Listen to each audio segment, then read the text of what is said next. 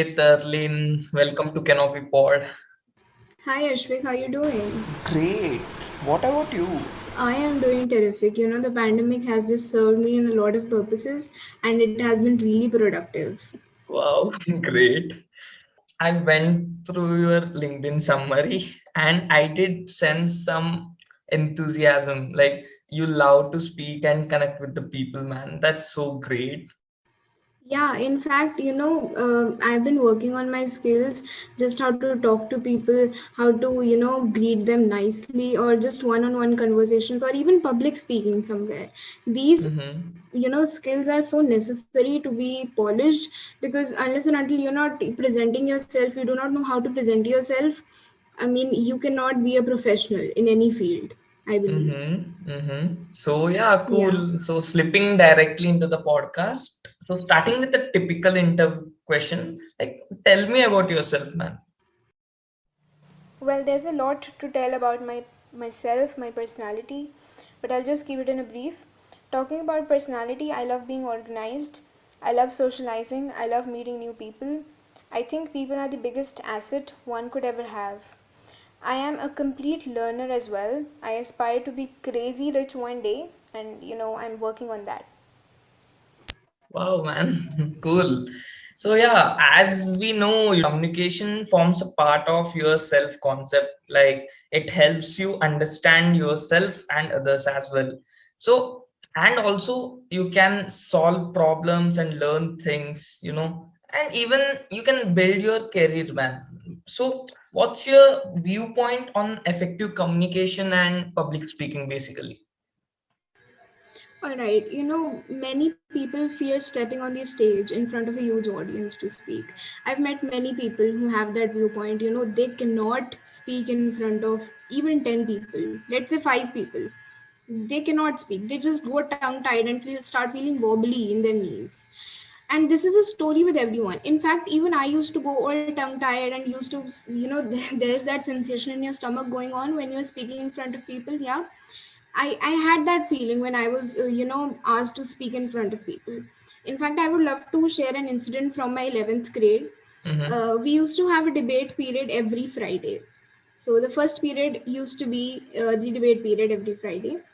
And one day, the topic chosen for debate was something related to money. All the time, I was thinking that I could speak very confidently in front of the people until the teacher chose me and she said, "Hey, you get up, you'll speak next." And one other classmate to begin the debate. So there were two girls selected, one speaking for the topic and one speaking against the topic. Suddenly, when I stood up, everything went blank. I had all my facts and figures with me, but just because I didn't have the self confidence to represent myself, to present my facts and figures in front of people, everything just went all of a sudden, it just got shut. You know, Mm-hmm. the other girl naturally took the debate from me and I lost very badly. I was left embarrassed in front of the whole class. We Happens. used to have the class strength was 50 at that time. So I was left very embarrassed. I came back to my seat thinking that what did I do on the stage? I was standing like a mannequin, like a wax statue, and I didn't say anything, even though I had everything in myself, but I just couldn't, present that information in front of people. I started introspecting and that what went wrong with me, where did I fail, what happened, and then I realized that it was a lack of self confidence in me hiding somewhere that came out that day. I Mm-hmm. realized that I had never presented myself in front of 50 people.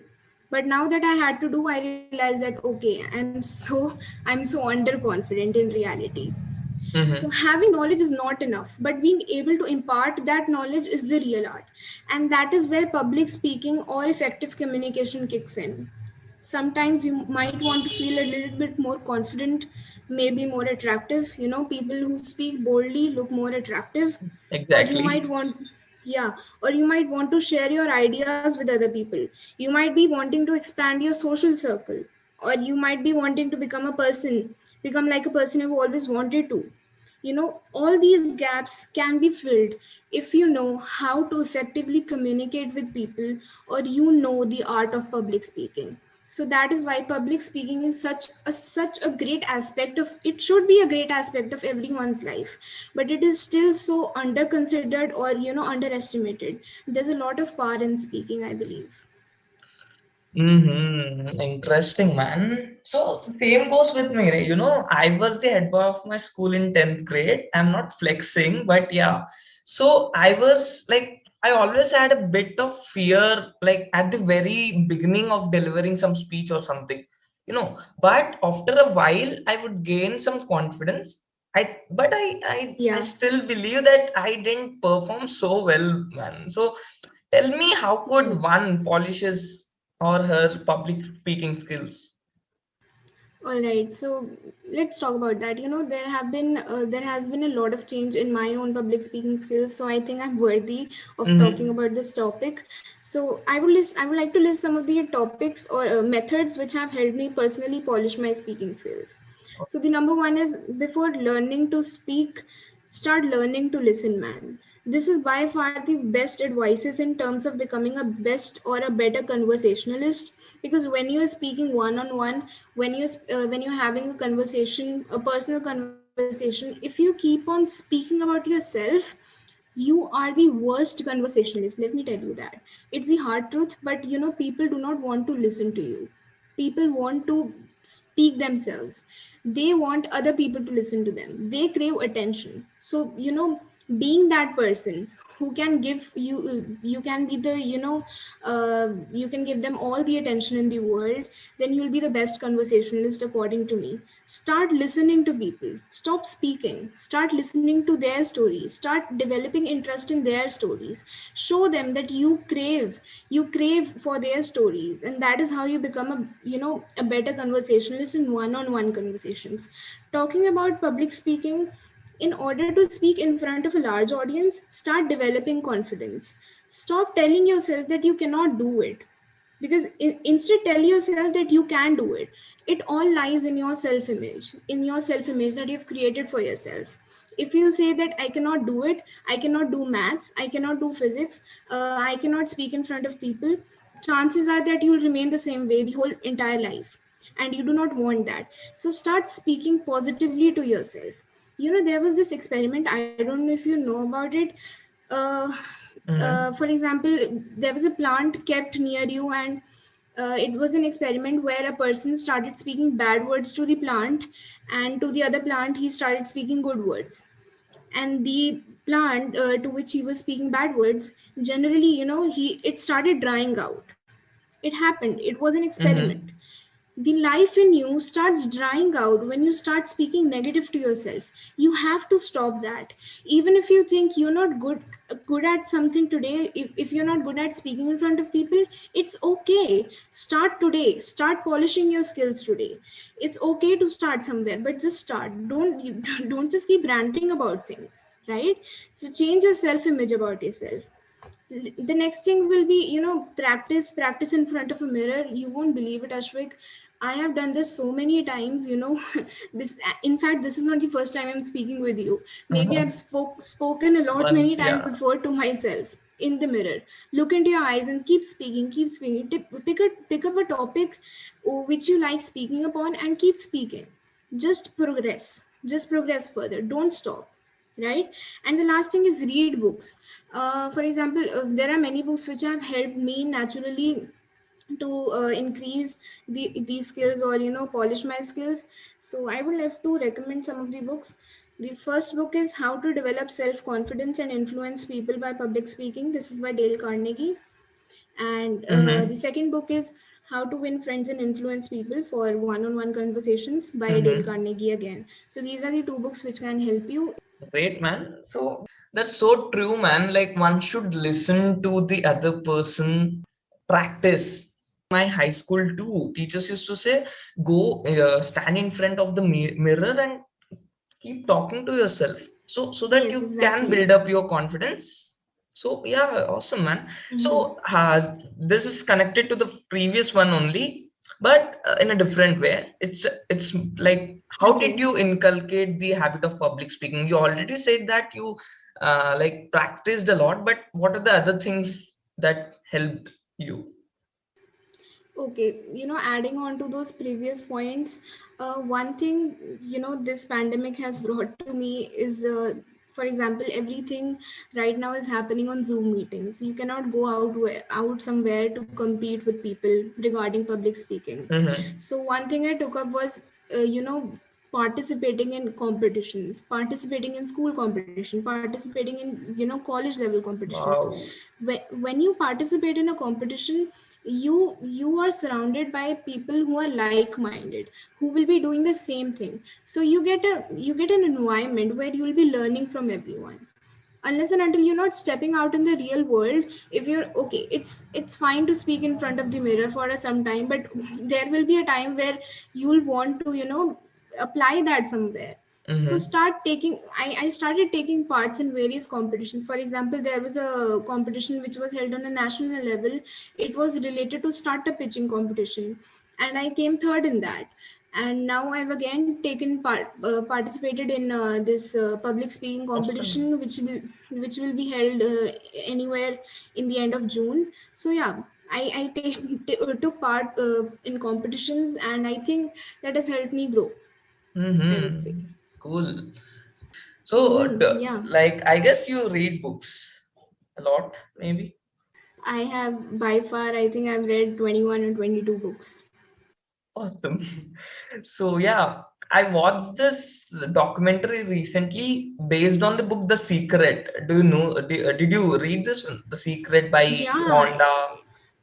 yeah, I have read that book. It's a legendary book, I might say. Mm-hmm. It's a book that So, should mhm. be in every bookshelf.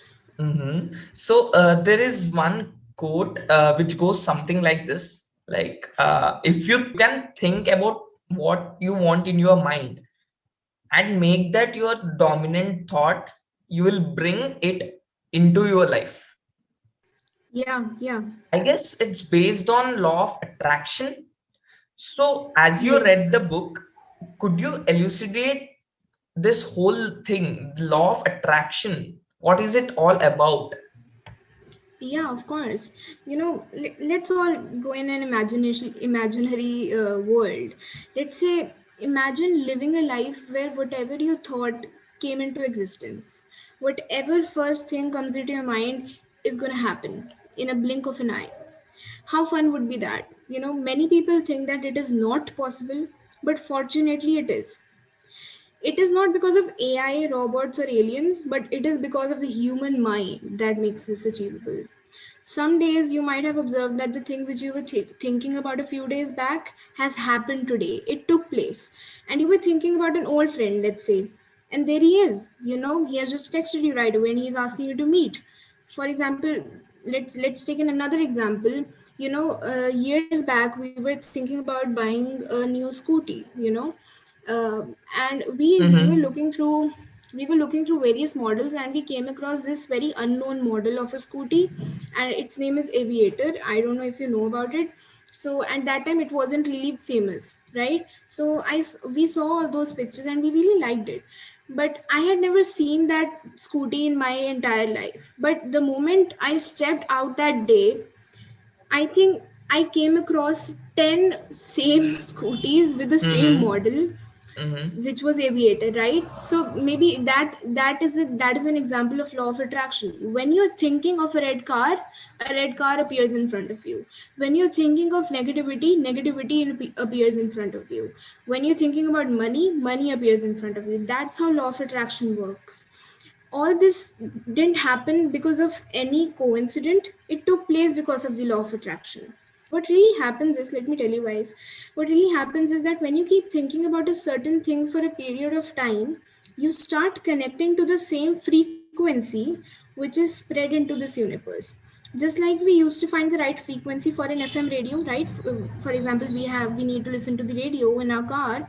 So we first tune it to the same frequency, the FM channel to the same frequency, and only then we can listen to the songs. The same thing happens with law of attraction. You start tuning your mind, you start tuning your imagination with the same frequency which is spread into entire this universe. And when you can tune that perfectly, the things start happening. You can achieve wonders through law of attraction, I might say. People would not believe in me, but people do believe in science. And in fact, I have taken this from somewhere that quantum physics has offered a probable explanation for the feasibility of this law. You have the whole universe in your hand. Just by manifesting, just by thinking, you can achieve whatever you want to.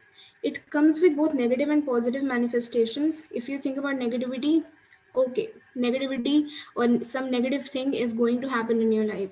But if you're thinking about positivity, if you're thinking about happiness, if you're thinking about gratefulness, it is bound to happen in your life just because you're thinking about it 24/7. And that is how law of attraction works. Oh man, that's truly inspiring. So, as Yeah, you said something about money. So, what's the connection between the money and law of attraction? just like I gave the example for a car. Let's say you were Mm-hmm, thinking about a mm-hmm, red car and it appeared in front of you. The same thing happens with money. This has happened with me a tons of times, that when I was thinking about money, I found ways. Maybe money appeared in front of me somehow. Maybe my mom gave it mm-hmm, to me. Maybe my mm-hmm. nanny gave it to me. Somehow the money appeared in my hands. And that is the same thing goes with, you might want to make $1 million by the end of this year. When you start thinking about making $1 million, you will start thinking about how to make $1 million. And chances are, if not by the end of this year, maybe by the mid of the next year, you will have $1 million in your hands.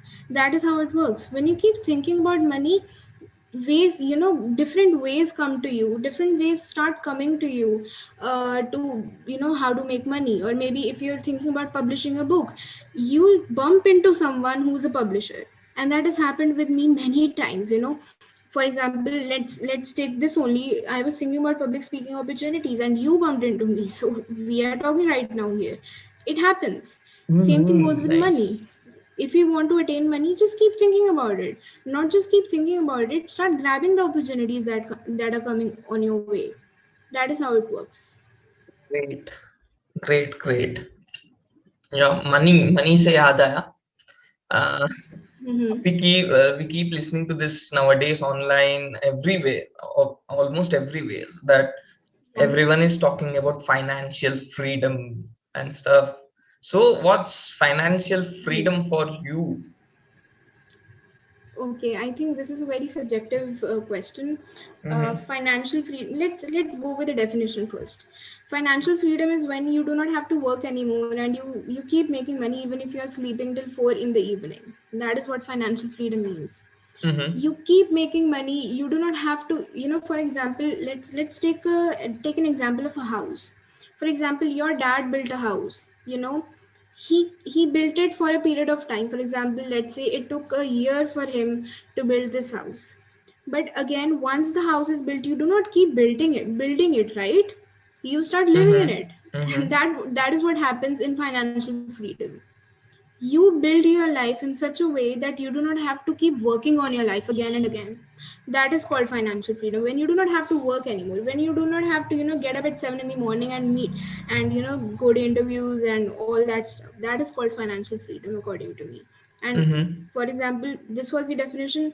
And according to me, the biggest dream is being financially free. It's a dream to have 20 to 25 houses or mansions. Any other state I visit, I need a house there. Have different SUV cars, and to have a dream team of friends and family. We all have such dreams, and this is just one of the dreams that I have, and it is related to financial freedom. Yeah. Wow, wow, wow. Okay, I guess you are into entrepreneurship, and like you, many Yeah. people today, including me, I'm interested in like entrepreneurship. We keep listening to this Yeah. too. See, entrepreneurship is risky, and one could lose all money if not planned properly. Like Mm-hmm. whereas jobs have relatively low risk. Like if Yeah. you lose a job, you can get a similar job kahin par bhi Mm-hmm. or something. So Yeah. what do you think? Mm-hmm. Jobs or entrepreneurship? See, since we talked about financial freedom, I think it should be a Mm-hmm. very clear. It should be a very clear take that It's financial freedom cannot be achieved through jobs, and I'll tell you why. It can only be achieved through entrepreneurship. For example, let's take my case. A year back, I used to YouTube. Many of us YouTube how to earn a lot of money from a side hustle, or how to earn money when you're in 17s or 18s. Five amazing skills that you should know how to earn $1 million in one night. I used to see all that. Out of everything I found about mainly these things, like for example stock market or freelancing, copywriting and all that. But what I realized is that there are four quadrants. I don't know if you know about it, but I'll explain them. Yeah, The left do. side of the quadrant includes employed and self-employed, and the right side of the quadrant includes business owners and investors. You can find this quadrant in Rich Dad Poor Dad, written by Robert Kiyosaki. It's a book. So now, whatever I found on YouTube kept putting me on the left side of the quadrant, whether it was freelancing, working 10 jobs a day, or anything else. It kept putting me in the left side of the quadrant where we are employed or either self employed. Because being a freelancer is also a job. You're just changing bosses here. Before, when you were in a job, your boss was the boss, but when you're freelancing, you become your own boss, right? So just Yeah. the thing is, in a freelancer, you just become your own boss. What we need to do is shift to the right side of the quadrant where we are business owners and investors in order to become financially free, right? So for example, this financial freedom, this thing cannot be in any sense achieved by working a job or by freelancing. Because as soon as you stop working, as soon as you stop freelancing, let's say, I don't feel like freelancing today, I do not feel like giving that article to that client. Okay, the money won't come to you. Now where is the financial freedom? It is never going to come, because you have to work in order to attain it, isn't it? Yeah, So yeah. financial freedom cannot be attained by a job. Just because job, you keep unless and until you're working there, you just keep getting the paychecks. Similar thing is with the freelancing, right? Because as soon as you stop working, the cash flow stops altogether. And it is said by Robert Kiyosaki that your richness, let me say it again, your richness is measured by how much time you can live off without working, right? That is called financial freedom. If is it one day? For example, I quit my job, can I live, how many days can I live for? Is it one day, is it 30 days, or is it a lifetime? For example, you're in a job, you cannot live more than 30 days, right? Because then you again need a paycheck. For example, you're a freelancer, you cannot live more than a day because you need to make money in order to survive. But when you're a business owner or when you're an investor, you can live your life long without working, and that is called true richness. We need to build an asset which is in the form of a business which keeps putting money in our pockets even if we stop working. You take your time to build that asset properly, and once that asset has been built nicely, boom, you're financially free. Just like we build a house, we build it for 1 year or 2 years, and then we start living in it. You do not keep building it, right? You do not keep laying on bricks and bricks and bricks. You just build it and you just live in it there. That is called, the way you earn money from an asset, it is called an asset based income, and that is what is needed for today's generation. We should build such a business that you do not have to keep on working for lifelong for it. For example, traditional businesses, let's talk about Indian traditional businesses. What are the business models? You buy a thing in cheap price, you sell it in a, High price, larger, somewhat. Yeah. yeah, high price or a larger amount. That is the Indian traditional business. Now, will it keep happening on its own? No, you have to work for it, and that is why that business model isn't successful. We need to build a business which we build for, let's say we built it for 10 years, or we built it for 11, 12 years, and that's it. We built it and now we are enjoying our life. That is what is called entrepreneurship. That should be the true meaning of entrepreneurship according to me. Great. Okay. So, according to me, for example, I'm taking up some job or going into entrepreneurship. Yeah, I think I will face some challenges, right? yeah, of course. So, what do you think the challenges can be? You can't predict it now, but what do you think? As you Yeah. said, you saw Mhm. many videos on YouTube about the thing. Yeah. So yeah, just asking, what can be the challenges? Let's say, let's try to categorize it. For example, we can have basic challenges. There are some challenges which can be related to your startup model or a business model. We aren't going to talk Mm-hmm. about it because that we cannot foresee, isn't it? Let's talk about some basic challenges. The first challenge is the basic the most basic challenge is getting out of your comfort zone. One of the basic challenges everyone faces. It can be getting up at 6 in the morning or going for a walk, hitting the gym, or following a certain diet, uh, reaching out to more people, connecting with them, saying a hi, or giving a smile to a stranger, or saying, "How are you?" Right? All of this includes, when you're getting out of your comfort zone. It's so hard. I know. I have been there. A year back, I think it was in January 2020, I was trying to wake up at 7 in the morning, and I couldn't do it for, I think, 10 or 15 days, unless and until that habit didn't develop. You need to get out of your comfort zone. Unless and until you're just sitting in your comfort zone, nothing is going to happen. You are not going to succeed when you're sitting in your comfort zone. Everything happens when you get out of that comfort zone. What are you waiting for? Are you waiting for some kind of a guiding agent to come and pick you up from your bed and to send to your work? That is not going to happen. You have to get out of your comfort zone. You just take responsibility of yourself. That can be one of the basic challenges. And the second challenges can be fear of failure. People fear failure like anything. I used to be like that too. For let's say that, for example, you said that, what if the startup model doesn't work, or what if the business I'm trying to build doesn't work?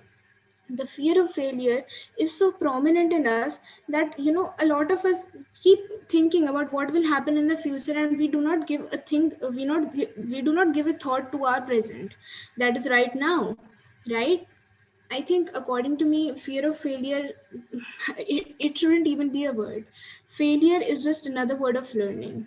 When you fail, you start learning things. You might have never seen a successful person who succeeded, who earned $1 million or $1 trillion just by a blink of an eye, right? Just by a click. Mm-hmm. It Mm-hmm. didn't happen. He failed so many times. Maybe you do not know about it. You just think that it is an overnight struggle. It's an overnight achievement. No, it isn't that way. He faced so many challenges, so many failures, and that is why he is what he is today, right? So do not take failure as a fear, I would say. Failure is just another word of learning. As I mentioned Mm-hmm. before, unless and until you do not fail, you do not know if you're doing, if you're on the right path or not. For example, let's take a teacher. A teacher is teaching you only because he knows what is the difference between the right and the wrong. And how does he know it? Because he has failed at it at some point in his life. That is the same thing when it happens when you go on to inspire people. Let's say two people are standing in front of you. One has a lost leg and still is a trillionaire, and one is fit and fine. His dad had already built the business and he just took over, and he succeeded. He did nothing. Who do you think will inspire you more, Ashvik? It will be the person who has already lost a leg and still working on his business. Exactly. Yeah. Yeah, because he has failed, and he has successfully Mm-hmm. overcome Yeah. that it can inspire more people now. Yeah. People can relate to him. Oh yeah, I for example, let's say person in the crowd says, oh yeah, I can relate to his story. He inspires me so much. I'm going to be like him. That is what is called true success. Failure and success are just two buddies walking on the same path. Failure can only be regarded as failure when you do not learn anything from it. Mistakes are only mistakes when you do not learn anything from them. Mistakes are not mistakes when you learn from them and you overcome them. This is the second challenges I think people face. And the last challenge can be people judging you, people laughing at you, people talking about you, people saying that, oh, this isn't going to work, you're going to die broke, nothing is going to happen. You dream about making $1 million. What? That's not going to happen. What are you dreaming about? Come down, come down. People start elbowing your way to success. Yeah. one That one happens. advice that I can give to people is that stop, listening to these people. They're just elbowing your way to success. They're just, poking their nose in between so that you do not become more successful than they are. And I'm pretty sure that those people are broke, because only a broke man can say you things like this, not a successful man. And that is what I've seen, in fact. So be grateful that you're in the talks of people. People only talk about someone who has achieved something. So if people are talking about you, cool, that's great, let it be like that. You want people to talk about you, you want to inspire them at some point of time. So yeah, these are the three challenges I think people can face. Wow, man, I think as you said, you read books. I think you accumulated all this knowledge from the books. Yeah, but Yeah. also, uh, do you have any mentor or someone to, guide you? Yeah, and as I mentioned before, I have my mentors who are teaching me, Uh-huh. a lot Yeah, about okay. life, a Mm-hmm. lot about entrepreneurship, and through them Uh-huh. I've learned the importance of mentorship. When you're walking on the path of being an entrepreneur, or on the path of entrepreneurship, make sure that you have a mentor. Make sure that you have someone who can guide you on the right path, because taking counsel in this tender age is so important, because you do not know if you what you whatever you're doing is right or not, right? So take Mm-hmm. counsel, Mm-hmm. seek for mentors. Let's say again, when I was reading a book, its name is The Go Giver by Bob Berg, and it is a book which is based on a person and his mentor. So at that Sorry, time I was sorry. thinking, Can you tell the name of the book again? What's that? yeah, the name of the book is The Go Giver Okay. by Bob Mm-hmm. Berg. Okay, So fine. yeah, at that time I was thinking about, hey, where can I get a mentor from? Do I have to pay them something? Where is there any website where we have mentors available?